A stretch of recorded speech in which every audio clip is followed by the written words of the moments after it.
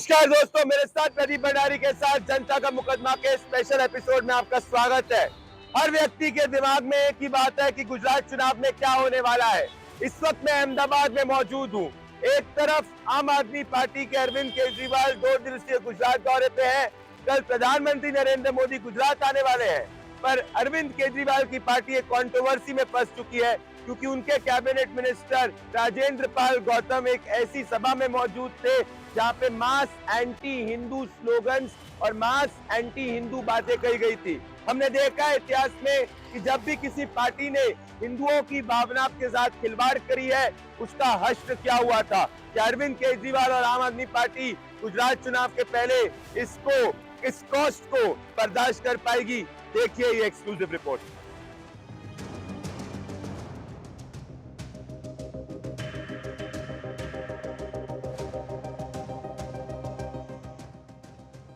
आज diamond city सूरत में अरविंद केजरीवाल के ऐसे पोस्टर और बैनर देखने को मिले।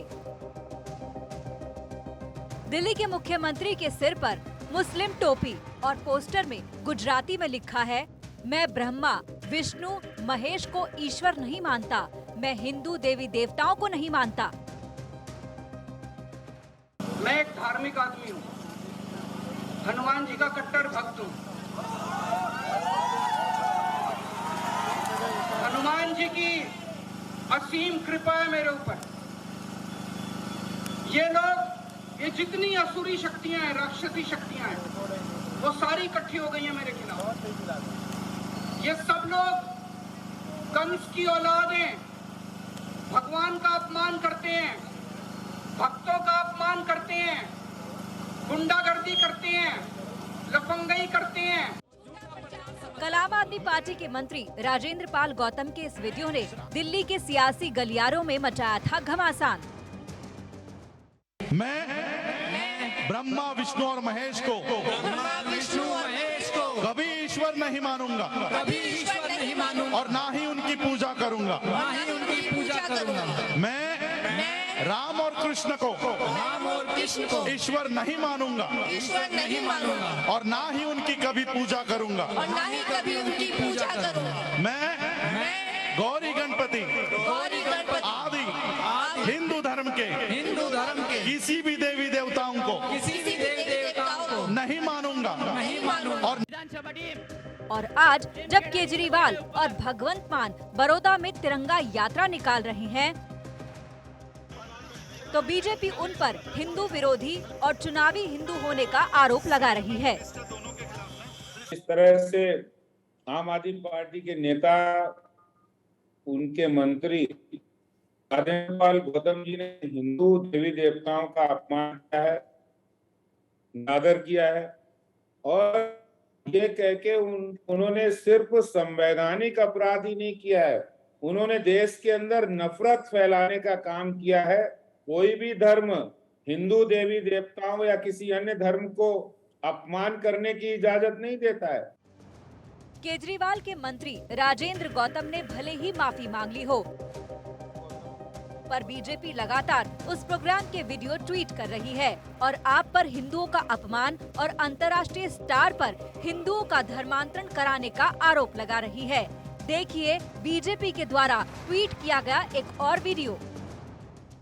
विश्व में इस देश के प्रधानमंत्री की आइडेंटिटी, इस देश के प्रधानमंत्री की पहचान बुद्धिस्ट है।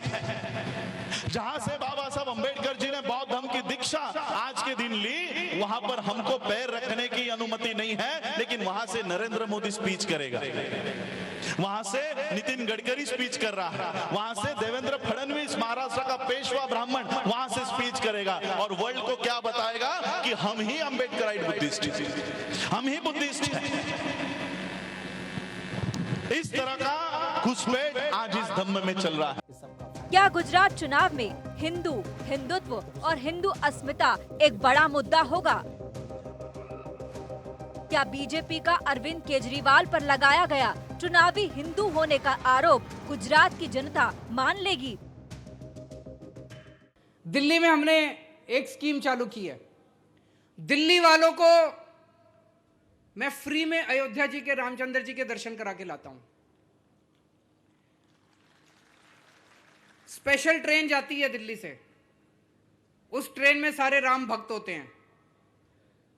लोगों का आना जाना, खाना पीना, रहना, सब कुछ आपके घर से लेके जाते हैं, घर से लेके जाते हैं। अयोध्या जी में राम मंदिर के दर्शन कराते हैं, वापस घर छोड़ के आते हैं। क्या दिल्ली का धर्मांतरण टेप और केजरीवाल के मंत्री राजेंद्र पाल गौतम द्वारा ली गई एंटी हिंदू शपथ गुजरात के वोटर का मूड बदल देगी? मैं ब्रह्मा विष्णु और महेश को कभी ईश्वर नहीं मानूंगा। आने वाले गुजरात चुनाव में हिंदुत्व कितना बड़ा मुद्दा बनेगा, जानने के लिए देखते रहिए इंडिया न्यूज पर प्रदीप भंडारी का चुनावी विश्लेषण।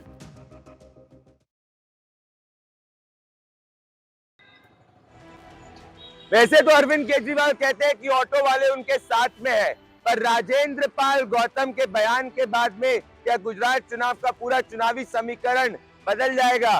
कहते हैं गुजरात के अंदर प्रधानमंत्री नरेंद्र मोदी, गुजरात की आदत है। क्या राजेंद्र पाल गौतम अरविंद केजरीवाल के लिए सबसे बड़ी दिक्कत साबित होने वाले हैं? देखिए ये रिपोर्ट।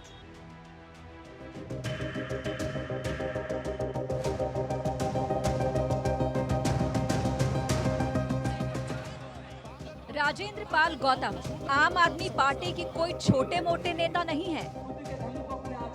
वो दिल्ली के समाज कल्याण मंत्री हैं और पार्टी के वरिष्ठ नेता हैं। एवं शहीद भगत सिंह के सपनों का भारत बनाएंगे, जहां सब लोग समान हों, जहां सबके लिए समान रूप से आगे बढ़ने के अवसर हों, जहां कोई ऊंच नीच ना हो, कोई भेदभाव ना हो, कोई पाखंडवाद ना हो, कोई अंधविश्वास ना हो। वो बात तो करते हैं एकता और सौहार्द की, पर हजारों हिंदुओं को बौद्ध धर्म की दीक्षा दिलाते समय हिंदू देवी देवताओं के खिलाफ शपथ लेने से नहीं कतराते। मैं ब्रह्मा विष्णु और महेश को कभी ईश्वर नहीं मानूंगा, और ना ही उनकी पूजा करूंगा। मैं राम और कृष्ण को ईश्वर नहीं मानूंगा, और ना ही उनकी कभी पूजा करूंगा। मैं गौरी गणपति आदि हिंदू धर्म के किसी भी देवी देवताओं को नहीं मानूंगा। जो वीडियो आपने अभी सुना, उस पर केजरीवाल के मंत्री राजेंद्र गौतम ने माफी तो मांग ली, पर उस प्रोग्राम का सच, जहां 10,000 लोगों का धर्म परिवर्तन हुआ, वो आज हम आपके सामने दिखाएंगे। स्टेज से राजेंद्र पाल गौतम ने ऐलान किया कि 10 करोड़ हिंदू अपना धर्म छोड़कर बौद्ध धर्म अपनाएंगे।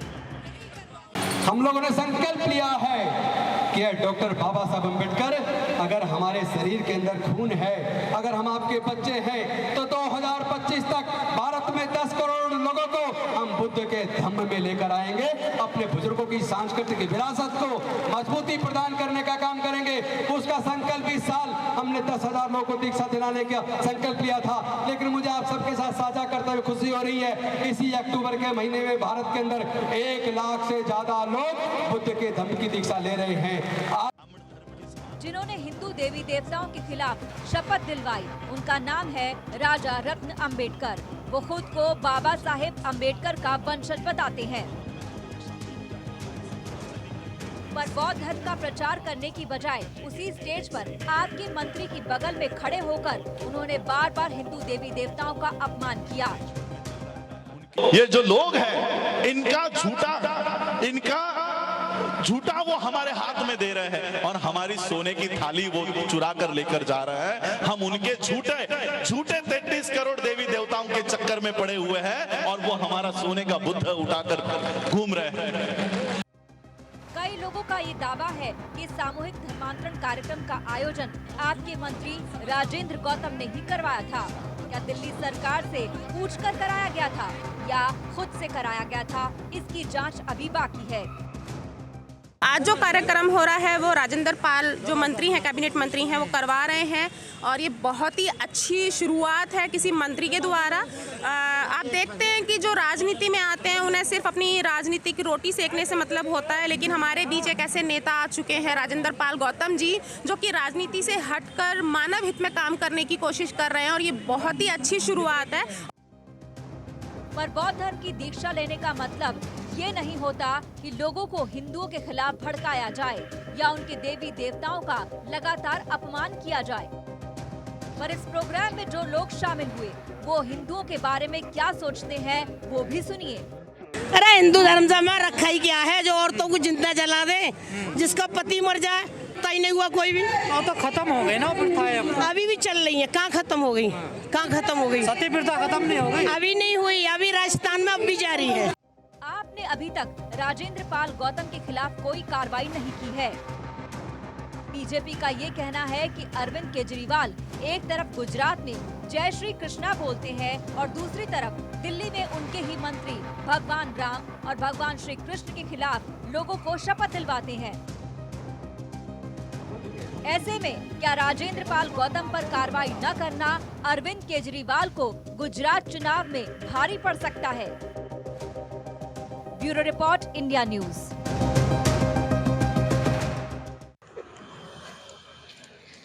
गुजरात चुनाव में प्रधानमंत्री नरेंद्र मोदी को हराना नामुमकिन के बराबर कहा जाता है। अगर आप देखेंगे, पिछली बार कांग्रेस पार्टी ने भारतीय जनता पार्टी को कड़ी टक्कर दी थी। कांग्रेस पार्टी ने अपने आप को एक जनेऊधारी ब्राह्मण के रूप में राहुल गांधी को प्रस्तुत किया था, पर अल्टीमेटली प्रधानमंत्री नरेंद्र मोदी और होम मिनिस्टर अमित शाह के मैजिक के आगे कांग्रेस पार्टी फीकी पड़ गई। और उस समय पे भी जब कांटे की टक्कर थी, प्रधानमंत्री नरेंद्र मोदी चुनाव को जिता ले गए। क्या भारतीय जनता पार्टी इसको चुनाव का सबसे बड़ा नैरेटिव बनाएगी? देखिए ये एक्सक्लूसिव रिपोर्ट।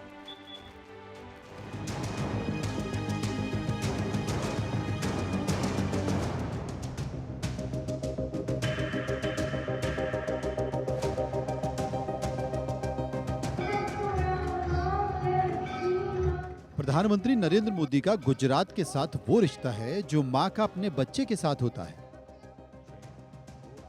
जब जब वो गुजरात जाते हैं तब तब गुजरात के लिए विकास की सौगात ले आते हैं।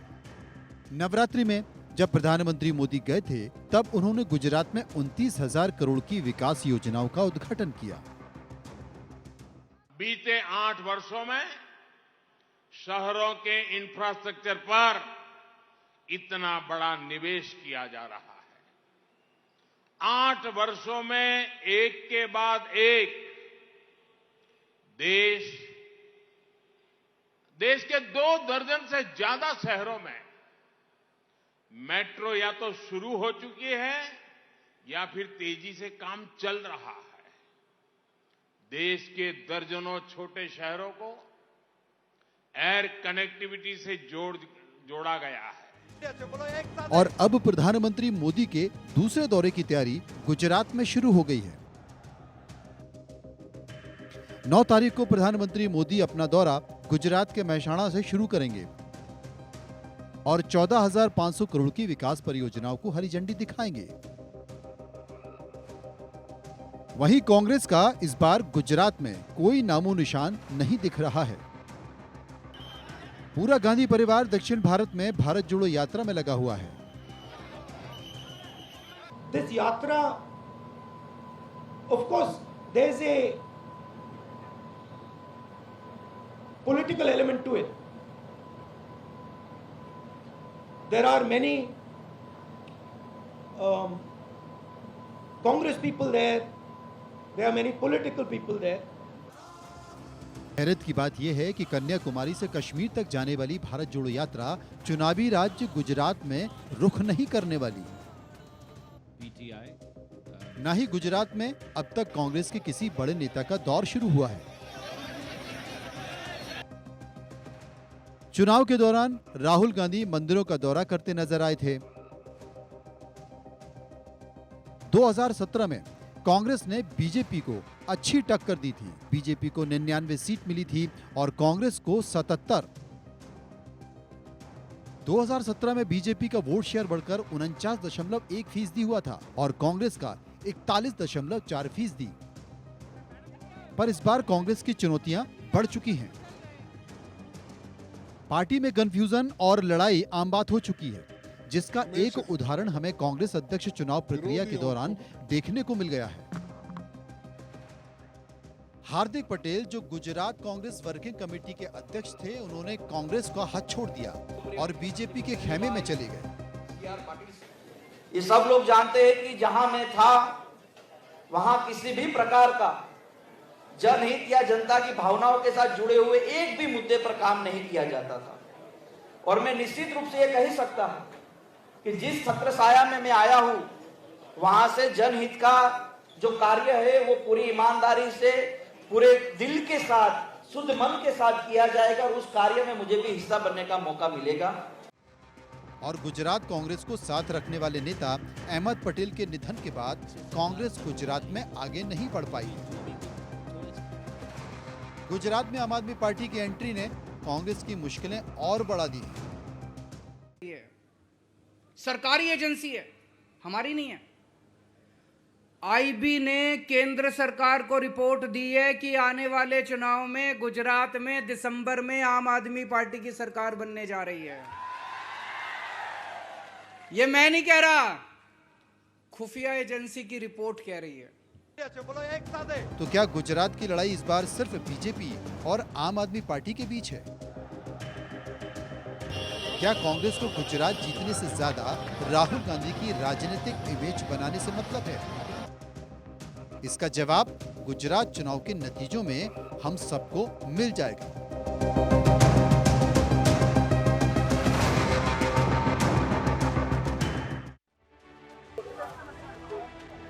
गुजरात चुनाव की बात करें तो अगर स्ट्रेंथ और वीकनेस की एनालिसिस करूं तो बीजेपी की सबसे बड़ी strength prime minister Narendra Modi है, जो किसी भी चुनाव को अपने पक्ष के अंदर कर सकते हैं।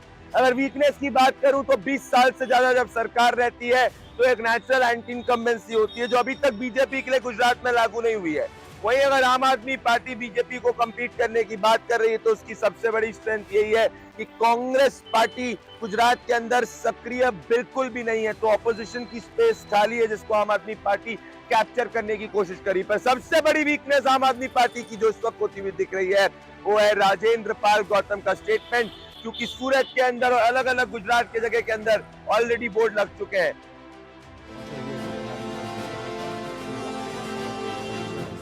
गुजरात में कौन है आगे?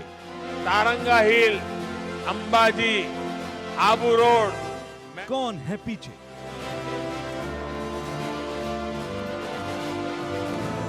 कौन दे सकता है बड़ा सरप्राइज?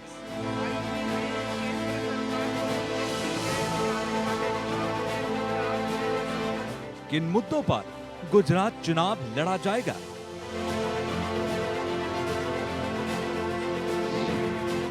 विकास, नौकरी, महंगाई या हिंदुत्व? गुजरात बीजेपी का गढ़ 1995 से लगातार बीजेपी को गुजरात में कोई हरा नहीं पाया। मोदी अमित शाह फैक्टर के बल पर और विकास के मुद्दे पर बीजेपी चुनाव में इस बार फिर उतरेगी। पिछले 20 वर्षों में सूरत ने देश के बाकी शहरों की अपेक्षा बहुत अधिक प्रगति की है, तेजी से प्रगति की है। आज हम अक्सर देश के सबसे स्वच्छ शहरों में सूरत का गर्व से जिक्र करते हैं। पर क्या एंटी इनकम्बेंसी की वजह से बीजेपी की सीटों और वोट शेयर में कमी आएगी? 2017 में सौराष्ट्र जो बीजेपी का गढ़ हुआ करता था, वहां बीजेपी की 56 में से सिर्फ 23 सीटों पर ही जीत थी। 2012 में बीजेपी को यहां पर 36 सीटों पर जीत मिली थी। कांग्रेस की बात करें तो इस बार ऐसा लगता है कि वो मैदान में उतरना ही नहीं चाहती है। आरएसएस और सावरकर को निशाना बनाकर कांग्रेस गुजरात का चुनाव तो नहीं जीत पाएगी। In my understanding, the RSS was helping the British. In my understanding, Savarkar used to get a stipend from the British. These are historical facts, and these are not facts that the BJP can hide. गृह मंत्री अमित शाह ने भी पूर्वोत्तर से आज कांग्रेस को 1962 की याद दिला दी और उस पर भारत तोड़ने का आरोप लगाया। कांग्रेसी जहां पर भी बैठे हैं ना, वो सुन ले, जवाहरलाल नेहरू ने 1962 में जब चीन की लड़ाई हुई तब कह दिया था बाय बाय आसाम। उसके बाद से कांग्रेस वाले भूल ही गए कि उत्तर पूर्व भी कोई चीज है, हमारा महत्व का प्रदेश है। मित्रों, उत्तर प्रदेश से 3 गुना ज्यादा बड़ा भूभाग हमारे उत्तर प्रदेश में। यहां पर जिस प्रकार की इंसर्जेंसी, जिस प्रकार का अलगाववाद हुआ था, मोदी जी ने कोई भाषण करे बगैर उसमें परिवर्तन लाया। वार पलटवार तो चलता रहेगा, पर कांग्रेस अपनी रणनीति सही कर ले तो शायद गुजरात में उसका बंटाधार नहीं हो। क्या कांग्रेस के नुकसान से आम आदमी पार्टी को फायदा होगा? क्या आम आदमी पार्टी गुजरात में वैकल्पिक ताकत की तरह अपनी जगह बनाएगी? पंजाब चुनाव जीतने के बाद आम आदमी पार्टी में बहुत कॉन्फिडेंस है, पर दिल्ली में आम आदमी पार्टी के मंत्री राजेंद्र पाल गौतम की हिंदू विरोधी शपथ के विवाद के बाद क्या बीजेपी को आप पर चुनावी हिंदू होने का आरोप लगाने का मौका मिल गया? एक बात तो तय है, गुजरात चुनाव के नतीजे 2024 के और राजनीतिक मिजाज की झलक जरूर देंगे। कौन सी पार्टी बाजी मारेगी ये तो समय बताएगा, पर इतनी बात तय है कि गुजरात के लिए प्राइम मिनिस्टर नरेंद्र मोदी एक हैबिट है और कल प्राइम मिनिस्टर नरेंद्र मोदी वापस से गुजरात के दौरे पर हैं। मेरे साथ प्रदीप भंडारी के साथ ये एक्सक्लूसिव ब्रॉडकास्ट पे जुड़ने के लिए बहुत बहुत धन्यवाद। पर मैं आपसे जाते जाते वादा करता हूँ कि सबसे एक्यूरेट और सबसे जमीनी opinion exit poll India news जन की बात आपके सामने प्रस्तुत करेगा आने वाले दिनों में। मेरे साथ जुड़ने के लिए बहुत बहुत धन्यवाद। आप भी चाय पीजिए, मैं भी चाय पीता हूँ।